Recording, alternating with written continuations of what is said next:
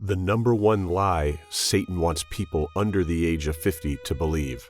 Within the study of human behavior, there is an area called cognitive bias. And these cognitive biases are something that we all deal with. Cognitive biases can be defined as a set of predictable mental errors that arise from our limited ability to process information objectively. It can result in illogical and irrational decisions, and it can cause you to misjudge risks and threats. There are a range of biases. For instance, confirmation bias.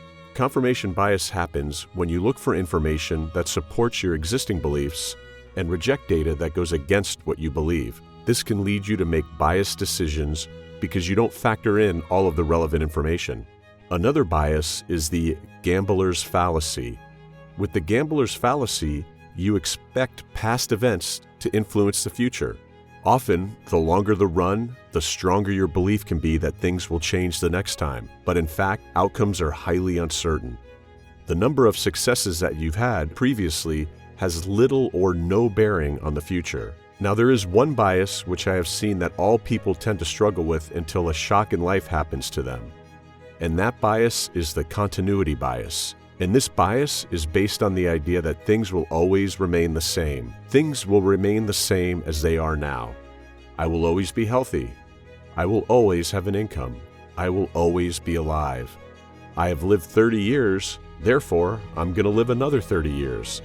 That is the continuity bias. Things will continue to be the same. Now, there are three distinct lies that the devil wants you to believe that is based on the continuity bias. Lie number 1, I don't need God, or there is no God. Lie number 2, I acknowledge there is a God, but I have time until I meet him. And lie number 3, I am in control of my life.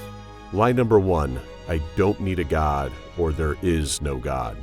This lie is rooted in the idea that I have gone this far in my life with seemingly no consequences. I have lived how I want to live. I have made decisions that please me, and seemingly there has been no consequences. Is there even a God? To that question, I have one question for you. How did you get here? Everything about you and this universe screams that there is a designer. Everything about the human body and the universe at large screams to the fact there is an intelligent designer. You know there is a God. You know.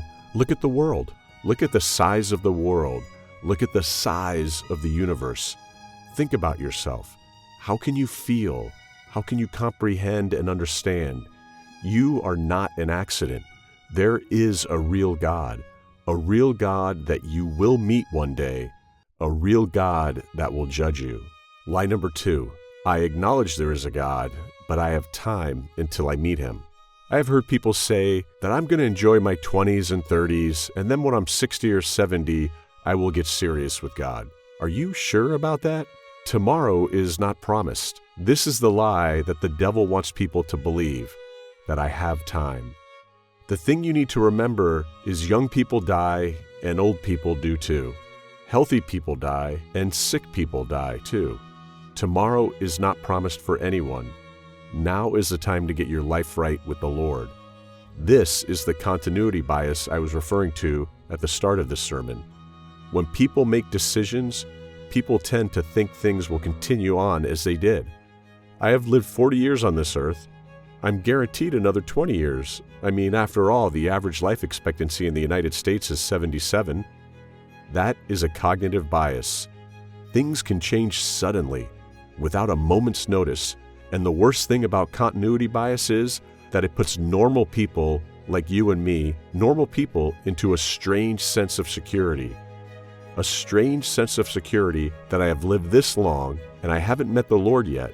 I am still relatively young and fit and able. I have time. We are all one step away from eternity. And if we truly understood this as humans, we would live our lives differently.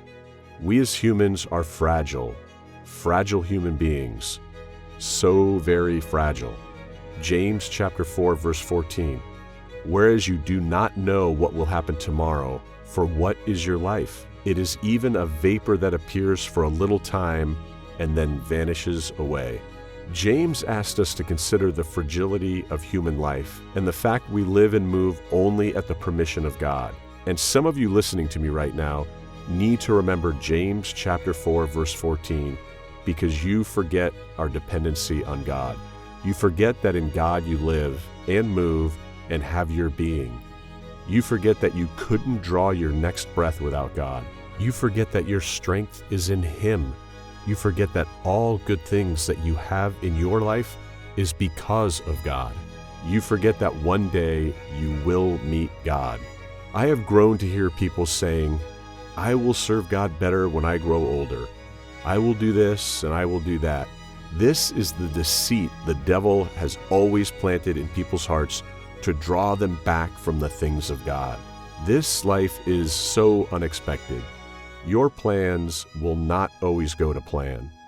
There is a story of the rich fool who made plans for his life. He made plans for his old age. He made plans for his retirement.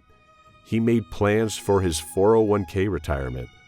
But God ripped those plans of his in two. Listen to me.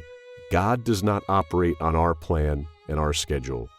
We operate on His timetable and His time. Lie number 3. I am in control of my life. The older I get, the more I realize that we as humans are not in control. Each day is by the grace of God. Each day is by the mercies of God. Each day is because of the goodness of God. All we can do as humans is present our lives in the hands of the Lord and live according to His will. I am not saying we should not plan for the future. We should. What I am saying is we need to have God at the center of our plans, and we need to humble ourselves to know that we are not in control. God is. God is in control, not us. Luke chapter 12, verses 16 through 21. And He told them this parable. The ground of a certain rich man yielded an abundant harvest. He thought to himself, what shall I do? I have no place to store my crops. Then he said, this is what I'll do. I will tear down my barns and build bigger ones, and there I will store my surplus grain. And I'll say to myself, you have plenty of grain laid up for many years. Take life easy, eat, drink, and be merry. But God said to him, you fool, this very night your life will be demanded from you. Then who will get what you have prepared for yourself? This is how it will be with whoever stores up things for themselves, but is not rich toward God. Notice how the rich fool said, this is what I'll do. I will tear down my barns and build bigger ones. There I will store up my surplus grain. The rich fool had a wealth of resources. The man in the parable had his life confidently planned. He had his 401k in place. He had his health insurance in place. He had his dividends paying stocks in place. He had his investments all in line. He had his life all managed out, and he was ready to live life with all his wealth. But God said to him, you fool, this very night your life will be demanded from you. In one night, all the man's accomplishments and plans were ruined. He made business plans and life plans, but could not control the day of his death. And all his accomplishments and plans were instantly nothing. This is lie number 3 that I want you to know. Ultimately, God is in control. There is nothing wrong with planning, but when you plan and fail to include God at the heart of your plans, you are being a fool. The man was a fool not because he was rich, but because he lived without any awareness of and preparation for eternity. The man was a fool not because he was rich, but because he lived without any awareness that he will meet God one day. This is how a lot of people live their lives, as if they have all the time in the world. This story is an example of a man that believed in the lie of the devil that he had time. But without any prior warning, God said, you fool, this very night your life will be demanded from you. No warning, no prior notice. So I have one question. Are you being a fool? Lie number 3 is, I will change when I am older.